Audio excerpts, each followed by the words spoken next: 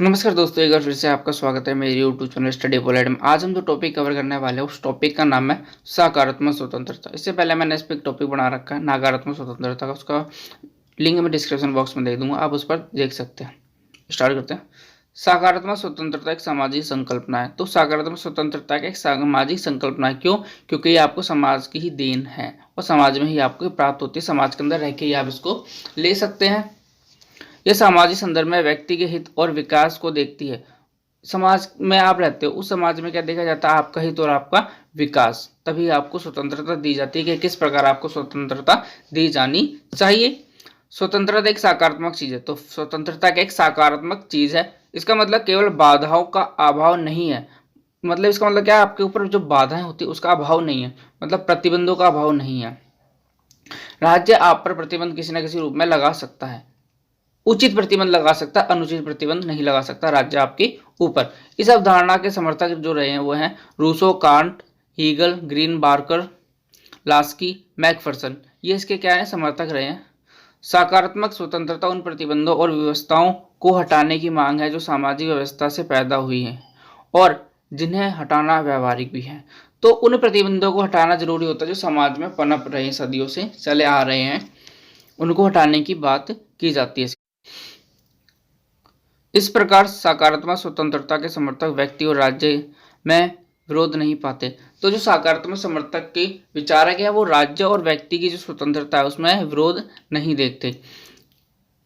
न्यायोचित कानून स्वतंत्रता में वृद्धि करते हैं।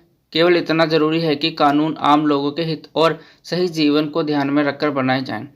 जो उचित कानून होते हैं वो क्या करते हैं? व्यक्ति के हित में बनाए जाते हैं, तो उसकी जो स्वतंत्रता है उसकी में वृद्धि करते हैं। तो कानून कैसे होने चाहिए? न्याय उचित होने चाहिए। कानून का उद्देश्य व्यक्ति की इच्छा और विवेक को अबाध रूप से कार्य करने का अवसर प्रदान करना है, ना कि उस पर किसी प्रकार की अनावश्यक रोकथाम लगाना है। तो जो स्वतंत्रता पर कानून बनाए जाते हैं उसका उद्देश्य क्या है? व्यक्ति को अवसर प्रदान करना, ना कि उसे रोकना। इस प्रकार स्वतंत्रता सब प्रकार के प्रतिबंधों का अभाव नहीं है, बल्कि अनुचित के स्थान पर उचित प्रतिबंधों की स्थापना है। तो मतलब स्वतंत्रता क्या? अनुचित के स्थान पर उचित प्रतिबंध, मतलब राज्यों को लगे कि हाँ प्रतिबंधों की जरूरत है तो वो लगा सकता है व्यक्ति के ऊपर, जो केवल ऐसे वातावरण में संभव है जिनका निर्माण करने का दायित्व राज्य का है। और वो ऐसे वातावरण में ही लगाए जा सकते हैं जहां पर दायित्व किसके हाथ में हो? राज्य के। जो अधिकार देकर ऐसा वातावरण तैयार करता है जिसमें व्यक्ति स्वतंत्रता पूर्वक अपने व्यक्तित्व का विकास कर सके। अतः स्वतंत्रता वही संभव है जहां सामाजिक हित को ध्यान में रखा जाए। तो स्वतंत्रता आपको जो दी जाती है उसको किसको ध्यान में रखकर दी जाती है? समाज को। और समाज को ध्यान में रखते ही कानून बनाए जाते हैं। इस प्रकार सकारात्मक स्वतंत्रता की अवधारणा अपने आप में स्वतंत्रता को समाज से, समाज की परिस्थितियों से, अधिकार, न्याय तथा आर्थिक व्यवस्था से जोड़ती है। तो स्वतंत्रता अपने आप को किससे जोड़ती है? समाज से, समाज की परिस्थितियां, जो समाज में परिस्थितियां चल रही उससे, और जो आपको समाज में अधिकार है और न्याय और आर्थिक व्यवस्था है उससे ही जुड़ी हुई है आपकी स्वतंत्रता।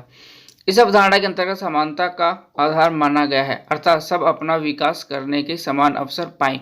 तो जैसे हमें समानता का अधिकार है कि आपको अपना विकास करना, उसके लिए आपको दे रखिए समान अवसर दे रखें, कोई भी भेदभाव ना हो और किसी भी प्रकार का समाज के अंदर लोगों से भेदभाव ना किया जाए। सभी कानून के समक्ष समान है तथा जहाँ समान व्यवहार मिलते हैं वहीं सकारात्मक स्वतंत्रता पनपती है। मतलब समाज में कैसा व्यवहार होना चाहिए? समान व्यवहार होना चाहिए। वहां पर क्या मिलेगी आपको? सकारात्मक स्वतंत्रता। यही कारण है कि स्वतंत्रता नियम और व्यवस्था की मांग करती है। तो स्वतंत्रता जो होती है वो आपकी किस चीज की मांग करती है? नियम और व्यवस्था की।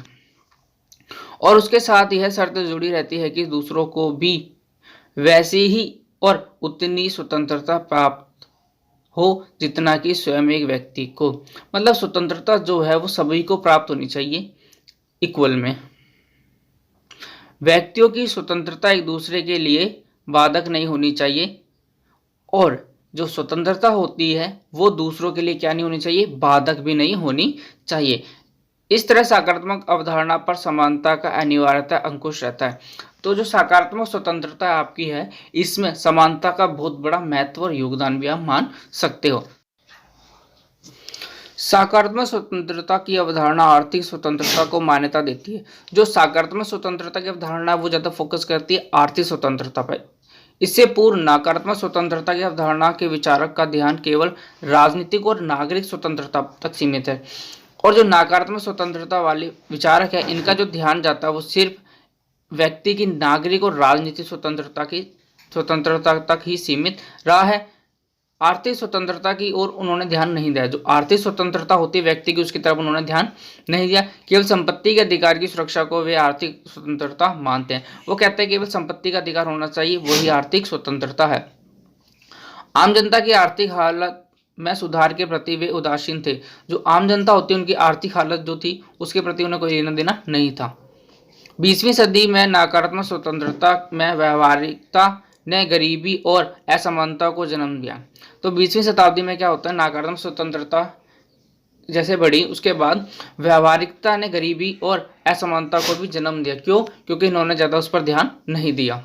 मार्क्सवादी विचारकों ने पूंजीवादी व्यवस्था के पोषकों का पर्दाफाश किया, लेकिन मार्क्सवादी विचारक जो है उन्होंने क्या किया, पूंजीवादी जो व्यवस्था चलती आ रही थी उनके पोषक जो थे, जो लोगों को शोषण करते थे, उनका क्या किया, उन्होंने पर्दाफाश किया और आर्थिक स्वतंत्रता को राजनीतिक स्वतंत्रता पर प्राथमिकता प्रदान की।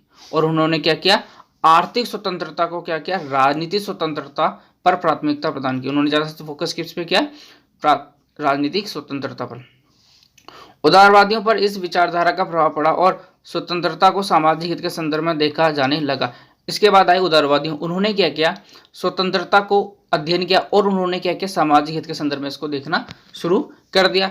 इस प्रकार सकारात्मक स्वतंत्रता के समर्थकों ने राजनीतिक स्वतंत्रता के साथ आर्थिक स्वतंत्रता पर भी बल दिया। उसके बाद क्या हुआ, आर्थिक स्वतंत्रता पर भी बल दिया जाने लगा। ज्यादा फोकस किसने किया, उदारवादी और पूंजीवादियों ने। लास्की जैसे उदारवादी विचारक राज्य को संपत्ति के स्वामियों पर नियंत्रण रखने के पक्षधर हैं। तो लास्की क्या कहता है कि उदारवादी जो विचारक थे कि संपत्ति के स्वामियों पर नियंत्रण होना चाहिए राज्य का। वह बीमारी और बेकार की स्थिति में आर्थिक सुरक्षा के पक्ष में है। वह काम पाने के अधिकार, उचित पारिश्रमिक के अधिकार, आराम और विश्राम के अधिकार को आर्थिक स्वतंत्रता के लिए आवश्यक मानते हैं। तो लास्की कहते हैं कि व्यक्ति को कुछ ना कुछ अधिकार दिए जाने चाहिए, जैसे उचित पारिश्रमिक, काम पाने का अधिकार, आराम का अधिकार और आर्थिक स्वतंत्रता के अधिकार मिलने जरूरी है। सकारात्मक स्वतंत्रता की अवधारणा के प्रारंभिक अंश मिल की रचनाओं में मिलते हैं। तो इसकी जो स्टार्टिंग है ना वो मिल की रचनाओं से मिलती है। मूल रूप से वे नकारात्मक स्वतंत्रता के समर्थक थे, परंतु कुछ कार्यों में राज्य के हस्तक्षेप का विरोध नहीं करते। वो जो समर्थक थे वो नकारात्मक स्वतंत्रता के समर्थक थे। कौन? मिल। नकारात्मक स्वतंत्रता की अवधारणा पनपती बुराइयों ने कांट, फिस्टे और ग्रीन जैसे आदर्शवादी लेखकों को प्रभावित किया, जिसके कारण इन लेखकों ने व्यक्तिगत हित को सामाजिक हित में निहित किया। उसके बाद ये जो लेखक हैं आदर्शवादी, ये भी प्रभावित हुए नकारात्मक स्वतंत्रता से। व्यक्तिगत इच्छा अपना व्यवहारिक रूप तभी पाती है जब समस्त व्यक्तियों की इच्छाओं के अनुरूप होती है।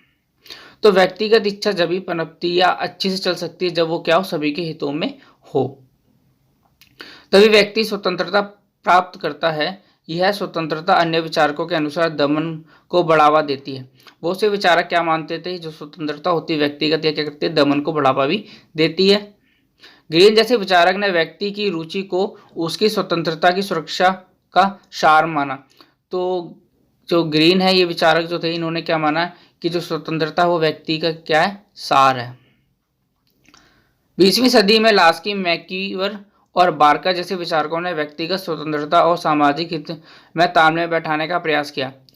उसके बाद आते हैं लास्की, मैकीवर, और ये क्या करते हैं, स्वतंत्रता के अंदर तालमेल बिठाने का प्रयत्न करते हैं। कौन सी? नकारात्मक और सकारात्मक स्वतंत्रता के अंदर।